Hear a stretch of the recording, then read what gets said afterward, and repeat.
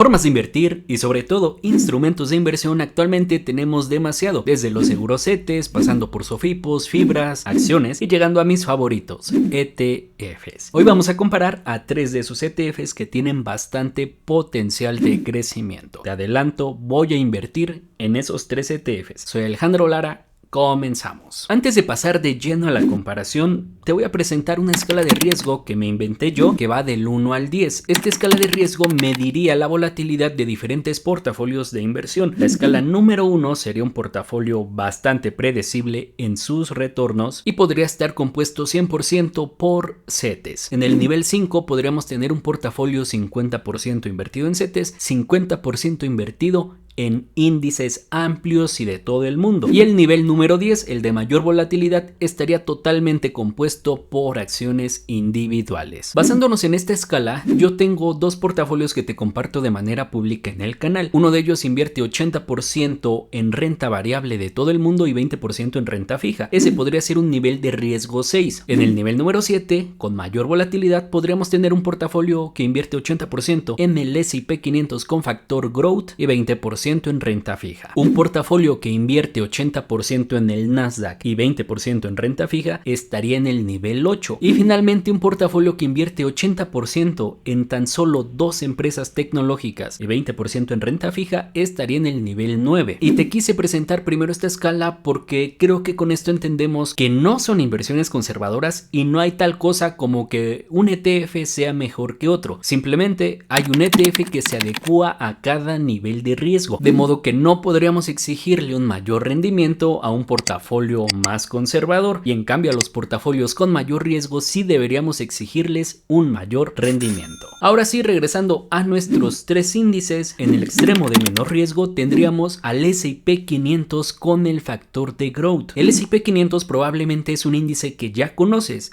Esto de los factores quizás es nuevo para ti y se refiere a una estrategia de inversión que se basa en seleccionar únicamente acciones que cumplen en este caso con 3 criterios: tasa de crecimiento de las ganancias en los últimos 3 años, tasa de crecimiento en las ventas también en los últimos 3 años y un momentum. De modo que el S&P 500 Growth lo podremos ver como un S&P 500 quitando todas las empresas que no están creciendo. De este modo, si revisamos el portafolio, vemos que nos quedamos únicamente con 232 empresas de las 500 originales. En el extremo del mayor riesgo tendríamos a Ingenious Index, un índice que rastrea a las 2 empresas tecnológicas de gran capitalización y siguiendo también una estrategia determinada que también se basa en el momentum. Estas 2 empresas forman parte de índices mucho más amplios. Si tú las ves, son empresas que probablemente conoces, que también aparecen en los primeros lugares del índice S&P 500 o del Nasdaq. La gran diferencia es su ponderación. En este índice tan solo las 2 primeras empresas tienen el 33% de composición del portafolio. Y con este índice ni te cuento de la volatilidad. Platícame tú si invertirías en un índice que desde su lanzamiento, que fue apenas hace 10 años, ya ha perdido en algún momento casi el 50% de su valor. Por otro lado, esa volatilidad también ha tenido su recompensa. Tan solo el último año, un casi increíble 81.88% de rendimiento anual. Es por lejos el ETF de mayor volatilidad de los 3 y también por lejos el que potencialmente nos puede ofrecer el mayor rendimiento. Ahora que tenemos los 2 extremos, en medio estaría el Nasdaq 100, un índice que rastrea mayormente empresas del sector tecnológico. La gran diferencia es que aquí diversificamos en 100. Las primeras posiciones son muy parecidas a las de Ingenious. La gran diferencia es que en el Nasdaq las primeras 5 son las que representan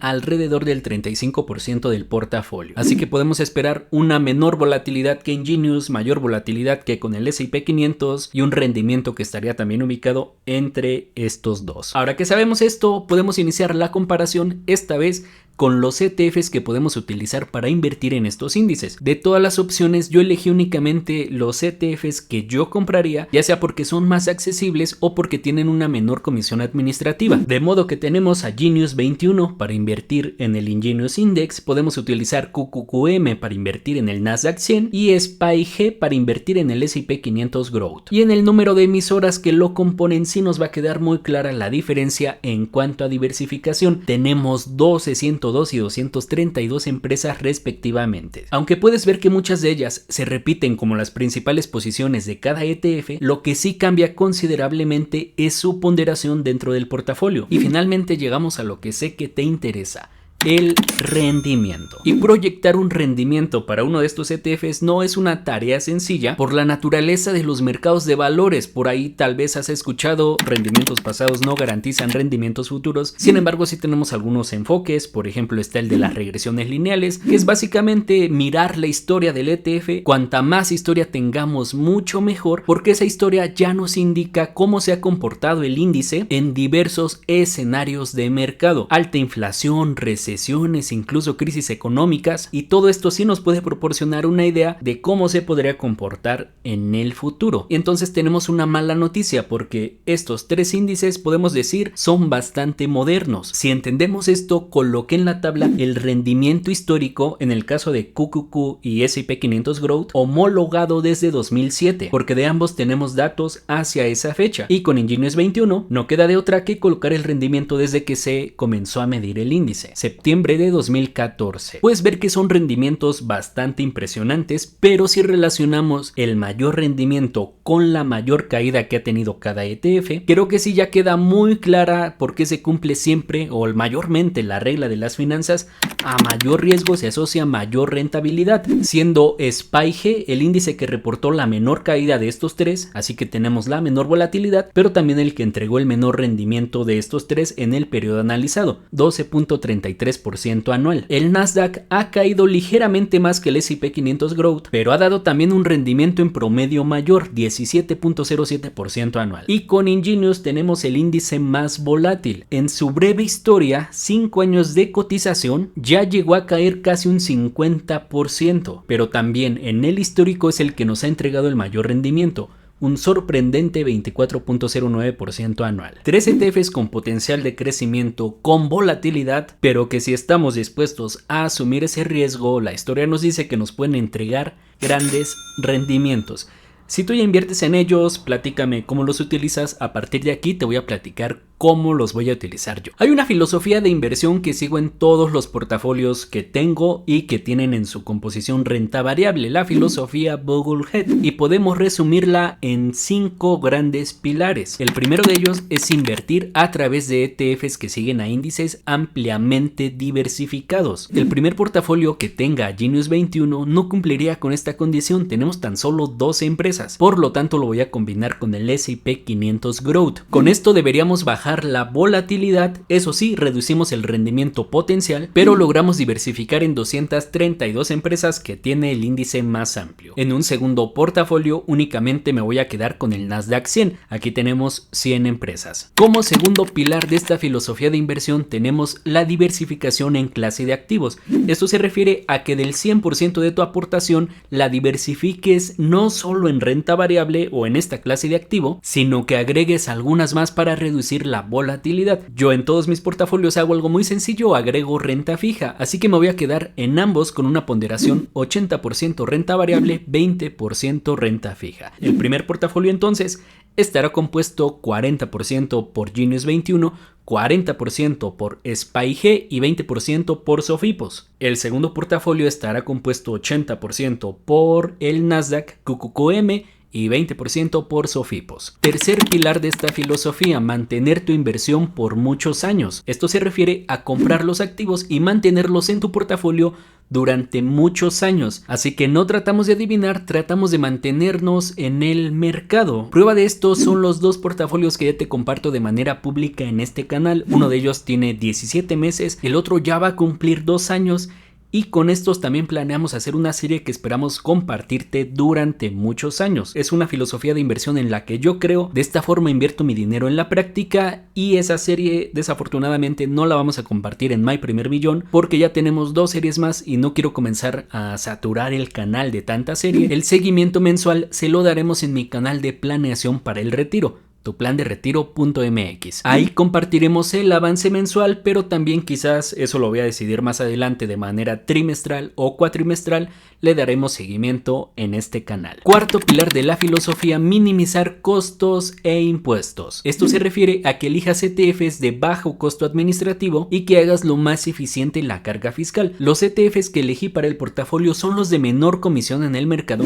Además, las compras las haremos desde el broker Bursanet. En este broker ya tenemos el trámite de la forma W8BEN, que también nos ayuda a hacer más eficiente la carga fiscal. Te voy a dejar un tutorial del broker por aquí, también una liga de invitación en la descripción por si quieres abrir cuenta y ganarte tu primera acción completamente gratis. Y la parte de renta fija se va a invertir en Sofipos, que están libres de impuestos. Para el primer portafolio vamos a invertir en Finsus, para el segundo en Clar. Y finalmente, quinto pilar de la filosofía: mantenerlo simple. Esto se refiere a seguir una estrategia de inversión que cualquier persona sin una formación financiera pueda seguir. Por supuesto, con cantidades, eso sí hay que adaptarlo a cada contexto. En la serie vamos a invertir 5,000 pesos en cada uno de los portafolios. Y aquí nos enfrentamos entonces con otro problema, porque como no podemos comprar fracciones de ETFs, sino que debemos comprar títulos completos, será cada mes cuando haremos los ajustes correspondientes para intentar mantener la proporción que idealmente debería tener el portafolio. Para los portafolios ya hicimos la primera aportación. Al primero de ellos lo vamos a llamar portafolio de crecimiento 5K y tuve que comprar 2 títulos del SPY-G, 13 títulos de Genius 21 y se invirtieron 1,000 pesos en Finsus al plazo de un año. También para cada portafolio ya diseñamos una hoja de cálculo en donde le vamos a dar seguimiento. Aquí calculamos algo que se llama camino de valor, que representa la proyección de crecimiento que debería tener el portafolio con base a los activos que lo componen. Estamos calculando debería crecer a un 15.57% anual neto. Al segundo portafolio lo vamos a llamar portafolio Tech 5K y también ya hicimos la aportación. Aquí compré 3 títulos de QQQM e invertimos 1,000 pesos en la Sofipo Clar al plazo de 30 días. Y de este segundo portafolio Tech podemos esperar un 15.16% de rendimiento anual. Esta es la manera en la que yo voy a invertir en estos 3 ETFs que tienen buen potencial de crecimiento, pero mucha volatilidad. Como siempre te digo, no es recomendación de inversión y maneras de invertir también hay bastantes. Esta es la filosofía que yo sigo en la práctica y a partir de aquí creo que será un interesante ejercicio de comparación. Pues hacer tu apuesta, yo creo que crecerá más el portafolio de crecimiento. Platícame qué crees tú. Y ya la práctica será la que nos dirá realmente qué termina sucediendo. Hasta aquí tenemos el video de hoy. Si tienes algún otro ETF en mente que te gustaría que analicemos, déjalo en los comentarios. Yo soy Alejandro y de parte de todo el equipo que integra My Primer Millón te agradecemos por vernos. Nos vemos en el siguiente. Bye.